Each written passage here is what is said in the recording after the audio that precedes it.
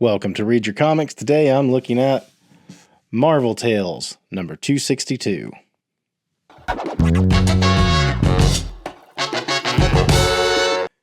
Welcome to the channel, and if you are new here, please make sure to hit the like button, be sure to subscribe, leave some comments, do all the things. It helps the algorithm feed my stuff to other like-minded comic fans, so I would appreciate you hitting all those things and making it happen. Today's book is a reprint book.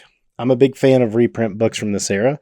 It's kind of funny because as a kid, I skipped over all this material in the reprint formats for the most part. This is one I actually used to have the original book of a long time ago, but I do not have it anymore. But when I saw this Sam Keith cover, it was worth picking up again for that reason. But not only that, this is also a reprint of the first John Byrne X-Men. So let's just go ahead and jump in. You see the Sam Keith cover. What more can we say about it? It's pretty awesome. Let's move on in. This is from Marvel Team Up number 53, which if you see the cover for that, I guess I'll pull it up and put it maybe right there or something. It did not have the X-Men on the cover. This came out 1977-ish, I think. So the new X-Men were still a pretty new team, and their popularity had not, gone to the peak levels that we think of as X-Men. They were still pretty early on. And just before this, their first appearance outside of the X-Men title happened in the Marvel Team Up Annual number 1. And that story, which I believe was written by Bill Mantlo, carries over into this one, which is also written by Bill Mantlo. John Byrne is the dynamically drawer of this one with Frank Giacoia on inks. And, the X-Men don't play a huge part in it, but John Byrne does get an opportunity to flex here. So the story starts out with Hulk jumping into this town. The town is kind of abandoned. Pretty decent John Byrne Hulk here.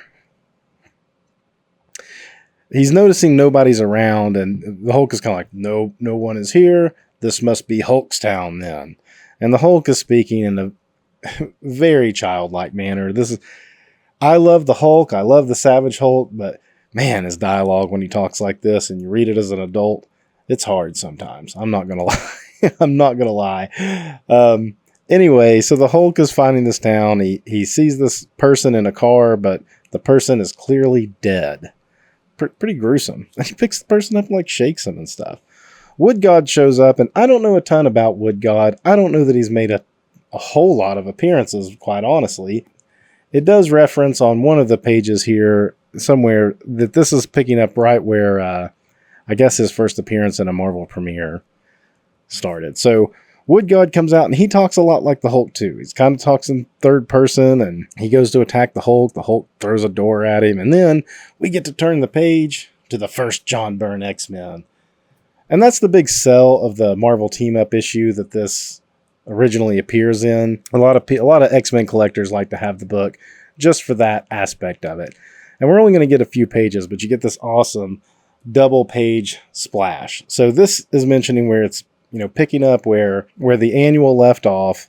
Spider-Man and the X-Men teamed up. So that was the first meeting of say Spider-Man and Wolverine meeting for the first time in that annual. And I used to have that annual too, and it is not a great story, quite honestly, but it is one of those ones that if you're a big X-Men collector, you kind of want it because it's their first appearance of the all-new, all-different team outside of the main title. Anyhow, they are flying back from wherever that story took place, and they're giving Spider-Man a ride back to New York, and there's a lot of pretty iffy dialogue about him riding on the front, and Wolverine telling him he could have walked if he's going to complain, and Spider-Man being pretty cool. John Byrne's Spider-Man is clear and crisp. I don't always love the way he does the mask, though. Of course, John Byrne does excellent action stuff when he gets to do Spider-Man, but I don't love this Spider-Man head right here.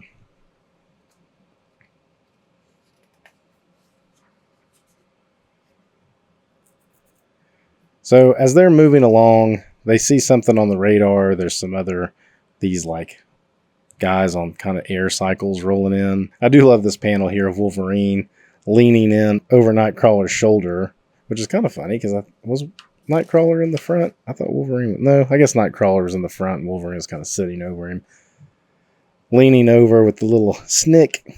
And notice there's no T at the end of the snicked. They hadn't quite figured it out at this point. And his claws only come out a little bit. But it's almost like a cat. Like a cat sees a dog or something and it bows up, and that's what Wolverine's doing. He sees something, he pops his claws a little bit. It's just funny to see these early appearances like this, and where the characters weren't fully developed or anything yet. This feels very John Romita-ish. This whole panel right here, even, gets the detail of the web shooter right there. So they go to see what's going on with these guys in these air cycles. And they come at them. They're talking about this. They're talking about the town being a dead zone and nobody's supposed to be flying over it. So they need to eliminate anybody that's near it or going in that direction. Do they work for the government and they're just going to go kill civilians? I don't know. It's what it kind of seems like. Cyclops fires up his eyes. Pretty cool panel there too. This is like how they did Cyclops like this for a while. Eventually they just stopped doing it this way, where you can kind of see his eyes through the visor. And he blasts a bunch of the air cycles. Or no, it was missiles. They fired a bunch of missiles. And the missiles are coming towards them, and Cyclops takes them all out. I like a Colossus armoring up back here in the background. This gives you a taste of what we're going to see with John Byrne on the main X-Men title in the coming months. Of course, none of these ads are the original ads. They're from, I think this came out. This is like 1992. Yeah, it says 92 up there. So pretty late. I guess this would have been about not quite 20 years. About 15 years after the original issue came out. Spider-Man starts to fall, and he's falling on these like spiky rocks, which you never really see that established or anything. It's just like, oh, there's some spiky rocks down there he's going to fall on. Which is kind of lame too, because Spider-Man, he could have webbed and caught onto the airship, or he could have made a web parachute or something to get himself. But they have Banshee come and pick him up. They intercept this transmission. I think the air cycle guys think they got him. A Cyclops blew up all the missiles, so then I guess he went to land. And on this transmission they intercepted, it says the UFO, which was them, has disappeared. So they all I guess they saw all the rockets explode and just assumed that they got him. And then they start showing this transmission of the Hulk and Wood God in this town. They're wondering how the Hulk is even alive in this place. And Spider-Man starts thinking like, oh man, I need to go there because they're talking about eliminating the town, which includes Dr. Banner, and I like Doc Banner, and blah, blah, blah. Spider-Man's moral dilemma of, I better go and check it out. I guess Professor X is talking to Banshee mentally and saying like, I don't know how they're reading. Professor X must have been reading his mind. And he's kind of like, will you give him a ride? Because we can't go with you, Spider-Man, but Banshee can give you a ride to the town and drop you off. He's not going to stay and hang out with you. He's just going to drop you off and let you handle this Hulk business by yourself. It's kind of silly. Wood God's kind of a neat looking character, especially to take on the Hulk. I guess he has like super strength and stuff. It's just his dialogue is painful to read. It's pretty good action pages here. You don't get that Terry Austin inks on this, though, and it definitely shows. And, John Byrne was a workhorse guy, too. Who knows what... He was probably doing Iron Fist at this time. I don't know if he'd been doing some Avengers already. But he had a little run on this title. And then, like I just said, Iron Fist, he was doing that. So, was he spreading himself thin? I can't say that necessarily, because he's always... Even when he was doing his X-Men run, he was doing other stuff. So I think the inking kind of hurts on this. And Frank Giacomo is a good inker. I like this panel, though. I like the energy around him. He's getting, I guess, electrocuted. And the electrocution makes Banner change back. That's kind of silly, right? I mean, that should have just made the Hulk matter. And the floaters, as they're calling themselves, come in to get him, come in to get Wood God. And here's Spider-Man. They're about to land on some more. Oh, Banshee gives out. Banshee's too weak to carry Spider-Man the rest of the way. Now they're going to fall on some more spiky stuff. Man, the spiky stuff is just everywhere. But this time, Spider-Man does make something. He makes a little hammock for him to land in. And this is where Banshee's like, okay, I got you where you needed to go. Have fun with the Hulk. I'm going to go meet back up with the X-Men. See you later. It was fun having our other little team up a minute ago. Look at these spike things. What are those? What is the point of those? Spider-Man comes down into the town. See, look at Wood God. He's got this whole telephone pole. And Spider-Man gets involved with the floater guys. And they basically tell him that there's been like some kind of radiation spill. And he shouldn't even be alive. Spider-Man says that he was sprayed with some kind of like anti-radiation spray while he was on the team up with the X-Men before, and that's probably what's protecting him. Then he gets doused in some water when Wood God hits him. But he finds Dr. Banner, webs up Wood God, who breaks it. And then this is a pretty good transition right here. The shadow coming over him as the Hulk comes up. And the Hulk is essentially like, I know you, Bug Man. I'm not going to fight the Goat Man. I'm going to fight you instead. And that's where we leave off. This one was technically a Hulk Spider-Man team up, and the next issue is also it's a 2-part Spider-Man and the Hulk story.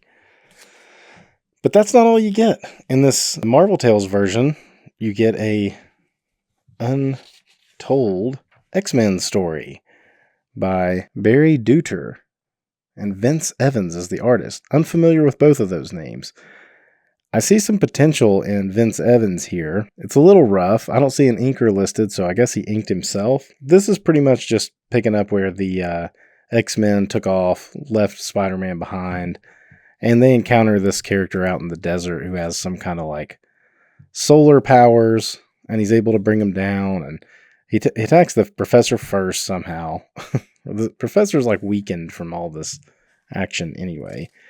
So, I mean, like I said, there's some roughness to this. Like, that's I don't know what's going on with Storm's torso.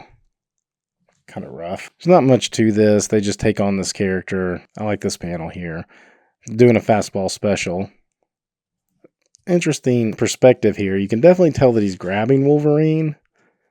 Maybe needed to be a little taller, so you get a little bit more down here to really understand that that's what he's doing. But I do like this panel, the way he's turned his body mechanics for the throw. Wolverine's obviously going the wrong way. You can't hit what you can't see. So I guess where he's just a, ball of light, it blinds Colossus and his aim is bad. Bad throw, Pete. Womp. That's not a great face on Wolverine. It's the faces that kind of have some issue here, but this guy's face looks kind of neat. And Banshee shows up just in time. Look at that panel of Banshee. So Banshee shows up, and I guess there were these boulders being thrown too. Oh, that's what it was. And Wolverine's getting grabbed by this rock, and that's when Banshee shows up and screams, which sets the rock creature that's teaming up with this sun creature. And they just kind of retreat. And the X-Men are like, yo, we got to get the professor back. And then they bolt too. And then you meet this whole little group of characters. You've got like a lizard guy and a cactus guy, the rock guy and the sun guy. And apparently this continues on into West Coast Avengers number 17, which is interesting because this would have happened, 15 years before. And West Coast Avengers is only on number 17 in 1992. That doesn't sound right. Or maybe it's just referencing. West Coast Avengers definitely wasn't around when this Marvel team-up came out. So that's kind of an interesting crossover there to put those two together. Anyhow, that's pretty much it for this issue. This one's cool because it's got the Sam Keith cover. You got Sam Keith X-Men. You got Sam Keith Hulk. Sam Keith Spider-Man, which is kind of unusual. You don't really see a lot of Sam Keith Spider-Man. You got the John Byrne X-Men in it, reprint of it, which is cool. And if you got the original issue, That's pretty neat too. And that one varies in price. Like, it depends on who you go to. Some people sell that book really high, and some people will sell it dirt cheap. It's pretty wild. I think some people don't realize what's in it. Anyhow, that's all I got for this one. Until next time, read your comics.